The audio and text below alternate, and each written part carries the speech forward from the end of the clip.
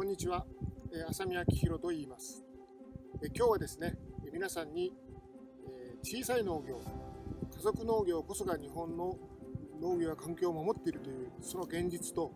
それを支えるのは実は農業とは縁遠いと日頃思われているような都会に住んでいる皆さんが一緒になって実現できるんだということをお話ししたいと思います。ご覧になっている後ろのですね、棚田、ここはですね、福島県喜多方市大和町というですね、山間部の豪雪地帯で、この棚田はですね、今から約270年前に、江戸時代ですね、会津藩命令によって作られた、五時岩関という、山の間を縫うように、這うようにですね、流れている水路の水を利用しています。日本の食料自給率は2018年で約 37%、ということですから、半分以上は海外から輸入に頼っているというのが現状です。これはですね、先進国の中では最も低い自給率になっています。一方、国連は2019年から2028年、家族農業の10年というふうに銘打っています。家族農業というのは、世界のほとんどの国で行われている農業は、小さな家族という単位で経営されており、それがですね、環境問題や食料をの下支えしているという現実を確認した上で、今後もですね、この家族農業を守っていくということが重要だから、各国の政策にそれを反映させてほしいというキャンペーンになっています。しかし日本の農業はですね、高付加価値であったり、大規模化によるコストダウンであったり、あるいはですね、企業寄りの政策がほとんどで、小さな農業、家族農業を守ろうという政策はやってはいますけれども、まだまだ不十分というのが現実です。その結果ですね、実際に今年2020年は農業センサス、5年に一度行われる農業センサスの年なんですけども、その速報値によると、約40万人の農業従事者が減少して、今年は136万人しかいないということが分かりました。この5年間で実に 20% 以上の減少、凄まじい勢いで農家が農業をやめているということが分かります。ここはですね、ご覧のように、広い地形ではありませんから効率化が難しいのが現状です。当然ですね、大規模農業は無理で家族農業が主流であります。その結果ですね、やはり、国の政策がどうしても家族農業に向いていませんから、ここも高齢化や過疎化がどんどん進んでしまっているというのが現状です。具体的に数字を挙げますと、1970年に約50軒の農家がこの辺りの田んぼをですね、耕していて水路を利用していました。つまり50軒の農家で水路を管理したことになります。ところが今は10軒の農家しかいません。この10軒の農家だけで270年間守り続けてきた元木岩関を今後も守っていくということは非常に難しいというのが現状です。で、もし水路がなくなってしまえば、この田んぼに水を引くことはできなくなります。この棚田は当然消えてしまうことになるんです。田んぼにはですね、この本によりますと、これはですね、まだ発表されてから間もない本です。なぜ田んぼには多様な生き物が住むのかという、本ですけども、これによると、田んぼには約6000種類もの生命が、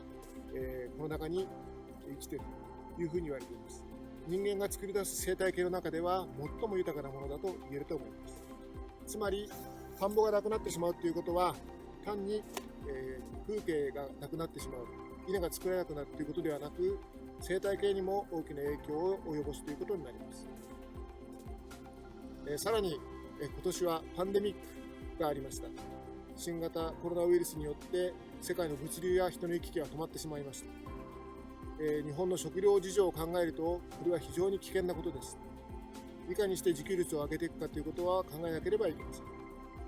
で、当然、じゃあこの田んぼをどうやって守っていくのだ、少人数で守っていくのだという課題に我々もずっと直面していますが、その解決方法として僕の方で提案したのは、西暦2000年、今から約20年前になりますけれども、毎年5月の春先に行われている、積さらい、水路に溜まった土砂をさらう、フォークやスコップでさらう作業ですけども、それをですね、農家だけでやっていましたが、ボランティアも入れてみたらどうかという提案でした。その目的は人手が欲しいということもありましたけれども、それだけではなくて、ボランティアに来てくれた人は今度はですね、山間地の農業はどういうものかということを直接学んでくれるんではないかということも期待して実施しました。最初は7名だったボランティアの人たちが年々増えていって、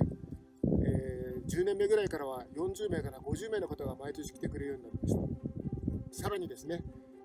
ここで採れたお米を今度は彼らは日常に食べようということで買ってくれたり、あるいはですね、そのお米をさらに地元の作り酒屋さんに加工してですね、上関米のお酒という名前でお酒にしてですね、それを飲んで、買ってもらったりという、さらって応援、それから食べて応援、飲んで応援というような取り組みをしています。ではなぜ彼らは毎年ですね、ここに来てくれるのかということですけれども、それはこの美しい田園風景を守ること、山間部の農業に貢献したいという、そういったミッションですね、そういったものを持っている人たちがグループになって、ここに毎年来ているということです。で、それがですね、顕著になったのは、2011年の東日本大震災の時でした。震災の影響がですね、まだ色濃く残っていた5月ですから、果たしてですね、ボランティアに人を呼んでいいのかどうかと悩みましたけれども、結果的にですね、この混乱の中でも30名もの方がボランティアに来てくれました。福島県はですね、その当時、放射能汚染ということで、その風評払拭に非常にあえている時でしたから、その状況下で30名もの方が変わらず来てくれたということは、とてもですね、驚きのあるすごいことだというふうに思いました。で、これを機会にですね、私が考えているのは、水路を守りたい、その地域に貢献したいというですね、ミッションを持った人たち、グループ、これをですね、テーマ型のコミュニティというふうに捉えて、で、実際に私たちが住んでいるこの地域は、一緒に農業を続けるための、関係性を持った支援型の地域コミュニティですから、その地域コミュニティと、テーマ型のコミュニティが一緒になっていくことが、それで問題を解決していく、足りないものを補っていく、そういったことがこれからの小さい家族農業を守っていく上で重要じゃないかなというふうに考えています。で、これをですね、全国に広げていく必要があるんじゃないかなと思っています。というのもですね、日本はこれから本格的な人口減少の時代を迎えます。ここだけではなくて、全国の農村はどんどんやっぱり高齢化、過疎化で弱体化していきます。で、その中では加速する。で、どの地域もここと同じような状況であるから、それを乗り越えるにはですね、地域外の住民と私たちがやったようにつながっていくしか。で、その時にやはり必要なのは、単に、食べるもののやり取りではなく、何かミッションを持った、テーマを持った、